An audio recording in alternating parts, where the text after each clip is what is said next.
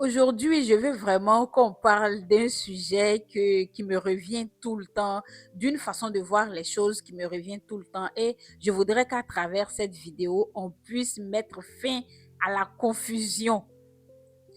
Alors, il y a beaucoup d'adultes, ou bien de façon générale, il y a beaucoup de personnes qui pensent que quand on parle de confiance en soi, on parle d'affirmation de soi et tout, ça fait référence au fait de devenir arrogant, au fait de devenir de devenir impoli, au fait de ne pas respecter les règles, au fait de parler sans réfléchir, de dire tout et n'importe quoi et à tout le monde. Non, ça n'a rien à voir.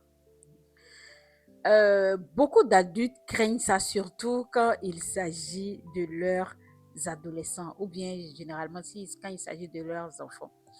Ils ont peur que l'enfant devienne arrogant, impoli et tout le reste, comme je viens de le citer précédemment. Pourtant, moi, je pense que c'est l'inverse qui devrait nous alarmer. Lorsque, par exemple, un enfant ou bien un adolescent n'arrive pas à dire non quand il le faut, lorsqu'il n'arrive pas à parler quand il le faut, lorsqu'il n'arrive pas à être lui-même, lorsqu'il n'arrive pas à être en phase avec sa personne, avec ses valeurs, avec ce qu'il a à l'intérieur de lui.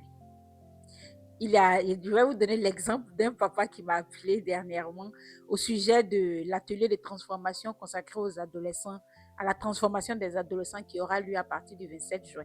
Il me disait comme ça, ah docteur, votre affaire de... Il a posé d'abord sa question, il voulait en savoir plus sur le projet, je lui ai bien expliqué et tout.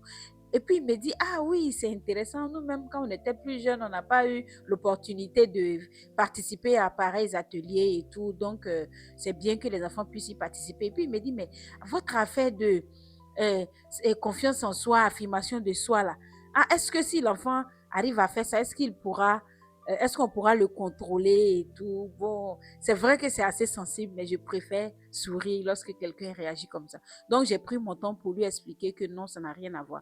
Quand on dit qu'un adolescent doit prendre sa place, qu'est-ce que ça veut dire? Ça ne veut pas dire qu'il va devenir arrogant, impoli ou bien non, ça n'a rien à voir. Ça veut juste dire qu'il va développer son pouvoir d'exister.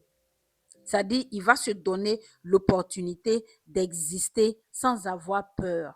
Il va pouvoir faire ses propres choix. Il va reconnaître ses valeurs, même s'il est en dehors du cadre familial. Il est avec un groupe d'amis et tout ce que vous voudrez, mais tant que l'esprit ou bien les valeurs de ce groupe-là ne concordent pas avec lui, les valeurs qu'il a développées depuis la maison ou bien, voilà, lui, ses valeurs, ouais, il n'a pas peur d'être différent, il n'a pas peur d'être rejeté. Il se retire tout simplement et il assume ses valeurs.